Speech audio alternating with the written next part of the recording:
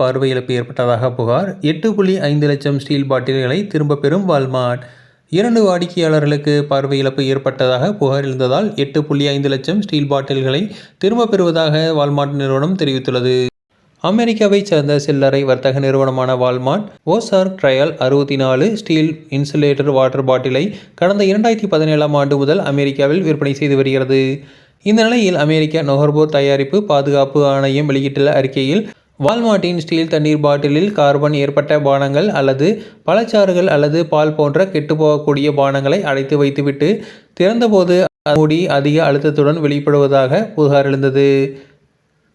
குறிப்பாக அவ்வாறு திறந்தபோது அதன் மூடி முகத்தில் தாக்கியதாகவும் காயமடைந்ததாக 3 வாடிக்கையாளர்கள் வால்மார்ட் நிறுவனத்திடம் புகார் தெரிவித்துள்ளனர். இதன் பேரில் 2 பேரின் கண்ணில் மூடிப்பட்டதால் பார்வை நிரந்தரமாக பறிபோயுள்ளது. எனவே இந்த பாட்டில்களை பயன்படுத்துவதை உடனடியாக நிறுத்த வேண்டும். இந்த பாட்டிலை வால்மார்ட் நிறுவனத்திடம் ஒப்படைத்து பணத்தை பெற்றுக்கொள்ளலாம் என கூறப்பட்டுள்ளது.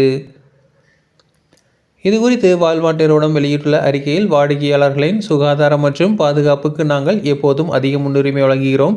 பிரச்சினைக்குரிய 8.5 லட்சம் தண்ணீர் பாட்டில்களை நாங்கள் விற்பனை மையங்களில் கொடுத்து அதற்கான பணத்தை பெற்றுக்கொள்ளலாம் என்று கூறியுள்ளது. இந்த விவகாரத்தில் CBSEக்கு முழு ஒத்துழைப்பு அளிப்போம். இந்த பாட்டில்களின் விற்பனையை உடனடியாக நிறுத்த உத்தரவிடப்பட்டுள்ளது என்று கூறியுள்ளார். தொடர்ந்து இதுபோன்ற செய்திகளுக்கு எங்கள் சேனலை சப்ஸ்கிரைப் செய்யவும்.